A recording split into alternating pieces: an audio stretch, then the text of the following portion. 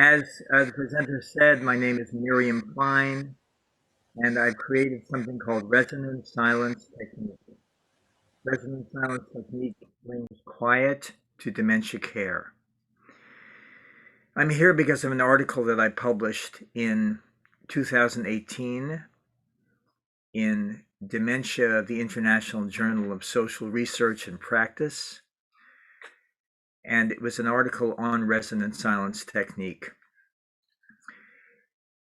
I wanted to bring a little bit of science and some of the science that I included in the paper, and I'll share a little bit of that now. By the way, you can read my paper on my website, and I'll give you that address right now. It's www.resonant, RESONANT, silence, SILENCE, technique, TECHNIQUE.com.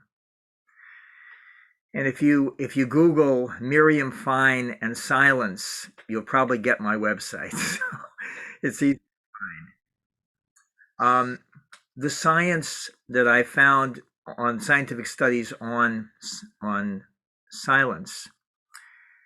One of the people I quote in the paper is Dr. Daniel Siegel. He's a neuroscientist and an MD. He says in silence or in solitude, the brain can look in on itself and integrate what it's exposed to and repair itself from within. Repair itself to change its outward manifestations, in other words, behavior. So that was a very big inspiration and for me. He published that book in 1999, a book called The Developing Mind. In 2013 and 14, D.K. Kim and associates published two studies actually, and they've determined that in silence, blood pressure, heart rate, and respiratory rate is reduced. Also, the body finds an equilibrium in silence. In 2015, Christ and associates discovered that in silence, the brain generates new neurons in the hippocampus. And that's significant because in depression and Alzheimer's, we lose neurons.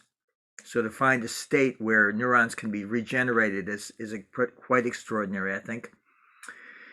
In 2009, and I quote this person in the abstract of the paper, Jay Dewing found that high levels of stimulus negatively affect people with dementia. And I think that's pretty obvious, but it's something which is important to say and speak about. So in 2018, I published the paper, and 2019, I went to Frankfurt to speak in an international Alzheimer's conference on resonant silence technique.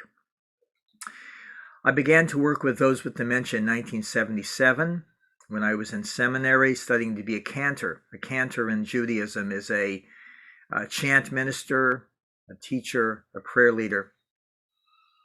So the dean of students asked me to lead a Passover Seder at a skilled nursing facility nearby, and the people there had dementia. So I was introduced to their sweetness and to their slower rhythm, and I loved it. I loved working with them. So that began my work with people with dementia. One of the things that we talk about is that they are very sensitive to stimulus. Aldous Huxley is quoted in a book called Meditation and the Bible. He's the person who wrote that's one of my teachers, a physicist, Dr. Aryeh Kaplan, who's also a rabbi. And he says that the brain, this is quoting C.D. Broad of Cambridge University, that the brain is like a reducing valve. We get all of this stimulus, and the brain reduces all the stimulus we get into what we can use for survival and well-being, and everything else is discarded. My sense from working with people with dementia for over 30 years is that that reducing valve is damaged or even missing, so that all the stimulus pours in on them at once and they shut down. And when they shut down, their condition worsens. So what I wanted to do was create a therapy that would reduce stimulus to a minimum to calm and help my clients and patients with dementia. In my therapy, in therapeutic groups that I've been running for many, many years, I use voice, human voice, and instruments.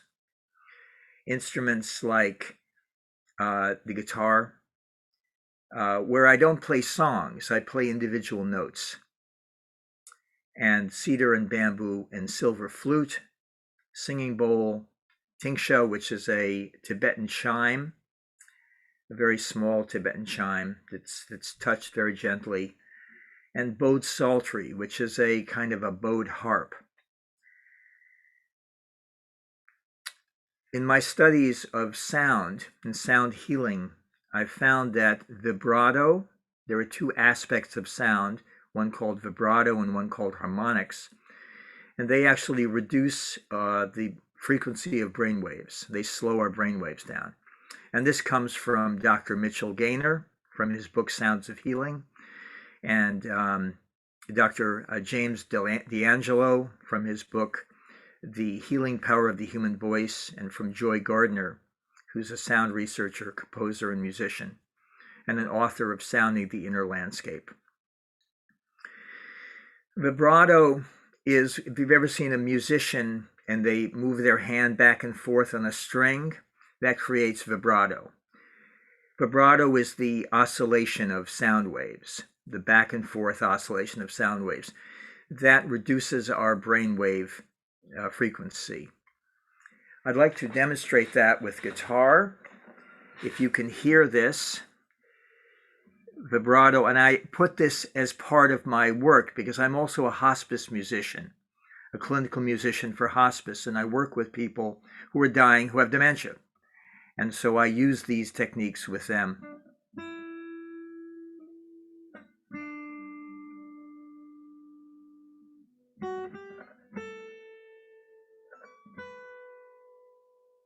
Can you hear that at all? Can that be heard? Okay, so there, that oscillation, that moving back of sound, that changes our brain waves. So I focus on that aspect and also harmonics. Harmonics are the more subtle tones of a sound. I mean, every time you make a sound, there's harmonics. But then they can't usually be heard because they're more subtle. So I'm going to share this on guitar, a harmonic. And I do this as part of what I do in my work.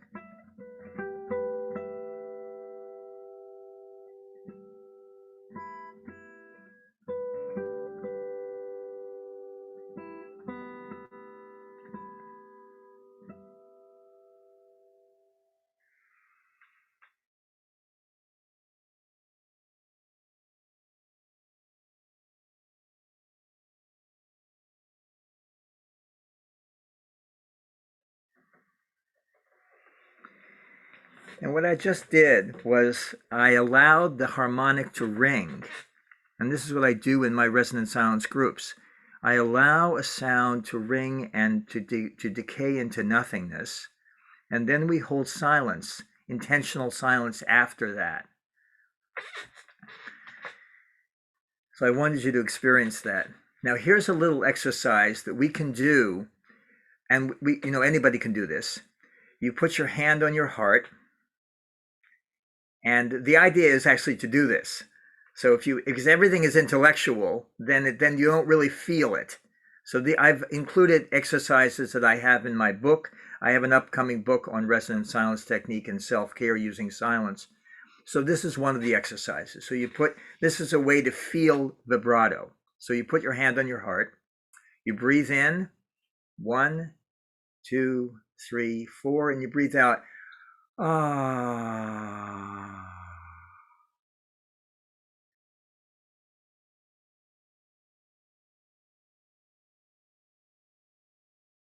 And then we're in silence for 10 seconds.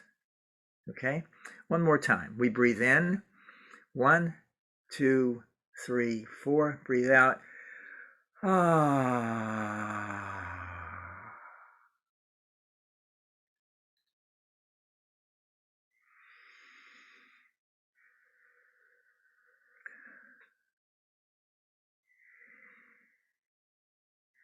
Now, you might feel something in your hand. You might feel a little tingling or a vibration in your hand over your heart. That's actually vibrato. That's the vacillations or the oscillation of the sound wave. Okay, so I use that in my work. The vibrato and harmonics bring brain waves from beta, which is 13 to 30 hertz or cycles per second, into alpha, which is kind of a light meditation relaxation of 8 to 13 hertz, and even brings it into the theta range, which is 4 to 8 hertz or cycles per second, which is associated with profound levels of relaxation. And that quote comes from the book by Mitchell Gaynor, Sounds of Healing, Dr. Mitchell Gaynor. So when our brain waves slow down, we feel relaxation. Or when we feel relaxation, our brain waves have slowed down. So there's this symbiotic relationship between those two. And when folks with dementia have been observed to relax, they can cope and communicate again and begin to rehabilitate. So I wanted to share how silence came into all of this, because I talk a lot about silence, but I haven't actually spoken about it in how it developed.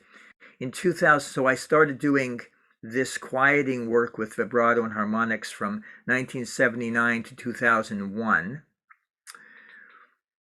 And in 2002, I finished a program that helped me to play at the bedside for people in hospice and hospitals and skilled nursing facilities. My training as a Cantor prepared me, but this focused even more. And after finishing the program, they asked me to do a continuing education program. So I flew 3,000 miles from Seattle to Connecticut, the other end of the country. And I was a little bit jet lagged and tired and irritable when I went into the conference. So we're all sitting together in this beautiful cathedral space of an old college in New England. And the first speaker begins to speak. And they speak for 10, 15 minutes. And all of a sudden they stop speaking.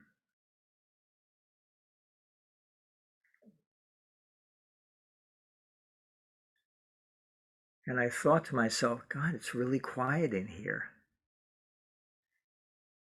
Wow.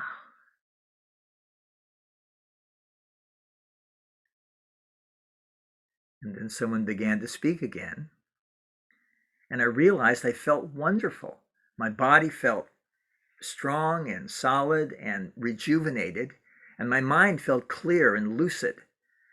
And I remember thinking, if a minute of silence can do this for me, perhaps silence, intentional silence after sound, can help my patients with dementia. So when I flew back to Seattle, I began to use intentional silence just as I experienced it there after sound. And I began to see some remarkable progress with my patients. In order to translate this into experience, we'll do an RST exercise, another one. This uses the sound. Now that sound's been found by Dr. Kaplan, who's a physicist I worked with. If you introduce that sound into an oscilloscope, you get a totally chaotic jumble. Whereas if you put the sound, you get a perfect wave. So the sound breaks up patterns. In this case, it breaks up thought patterns. So it provides a break in our stream of thoughts. And that break can be transformative for people with dementia. So I'd like to share a little exercise with you. Once again, we breathe in for 4 slow counts. We breathe out with the sound for 4 counts. The duration of the sound is important because the duration focuses the mind and raises our awareness to sound as well as silence. And after we do our sound for 4 seconds, we're in silence for 10 seconds. Okay, so it's 4, 4, and 10, which is 18. Okay, so let's breathe in. Usually I ask people to sit with their back gently straight and their eyes closed so that they can focus within. And we breathe in 1, 2, 3, 4. Breathe out.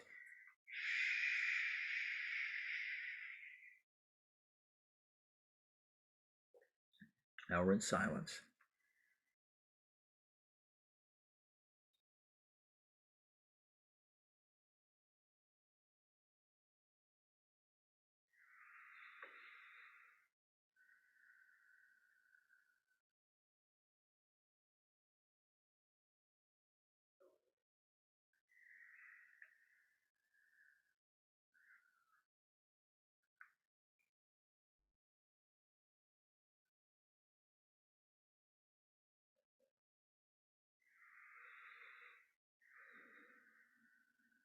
Let's try that one more time with very little instruction. We breathe in for 4 counts. 1, 2, 3, 4. Breathe out.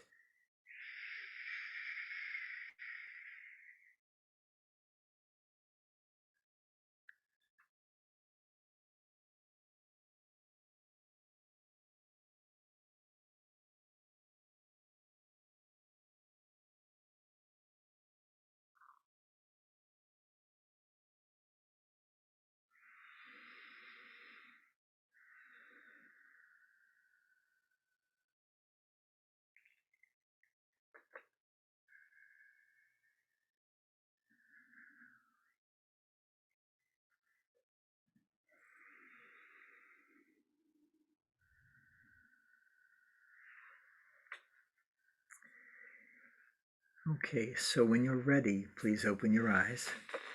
Okay. How do we feel? Do you feel a little bit calmer and quieter? Perhaps less thoughts going through your mind? Okay, good. This is something I've been sharing for 20 years, close to 20 years. For us, folks, we don't have dementia. This can be renewing and relaxing. But for a person with dementia, this can be life-changing.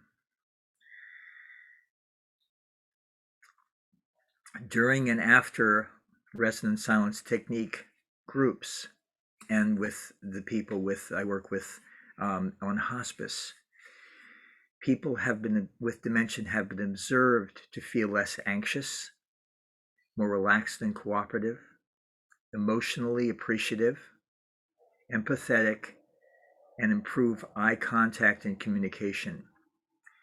They also have exhibited better concentration.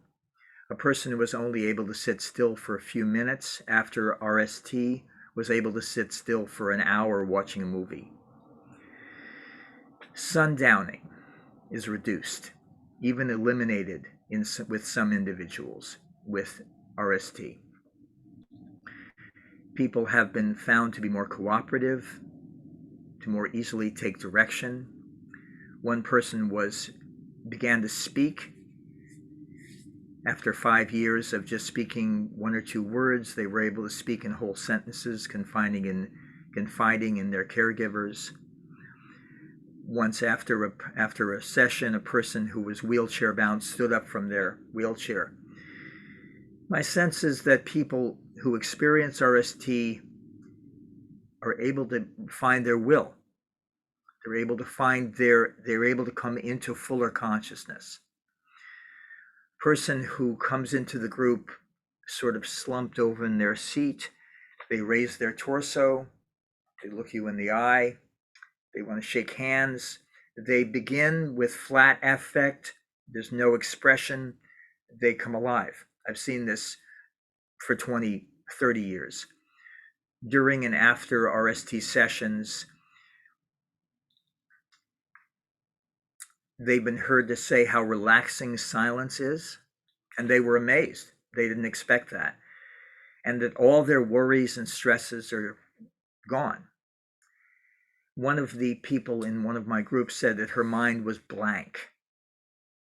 Now that may not sound like a great thing, but it is one of the underlying goals of RST to lessen the amount of thoughts in a person's mind so they're not overwhelmed with thoughts. You can reduce the stimulus around them, and that's what I do. I bring them to places in the facility where it's quiet, far away from all of the chaos. But also, I want to reduce the stimulus within their minds and within their brains, and that's hugely important. And this person who said her mind was blank, with less thought, stress and anxiety also appear to lessen. How are we doing with time, William? We're left with 4 minutes. Okay, fine. That's great. Thank you. Thank you for telling me. Okay. So as I said, people become communicative. They ask about well-being. They ask about, and they become communicative. They begin to speak to one another, and they recover themselves. And I've seen this rehabilitation. I've done a study, um, quality of life study, and I've seen people exhibit these behaviors, and they can be sustainable with regular application of RST. Research is needed to track the physiological changes that happen concurrently with the behavioral significant positive changes. And I want to see if I want to thank you for doing this conference. And I want to thank everyone who does this work, because it's a real gift to the world and to obviously to the people who receive it. And I look forward to being in touch with people about my work and about your work, and bring this sense of silence and the importance of that to the medical community, the dementia medical community, so that more people can benefit from RST. Once again, my website is www.resonant, RESONANT, silence, SILENTE, technique, TECHNIQUE.com. And blessings to you always.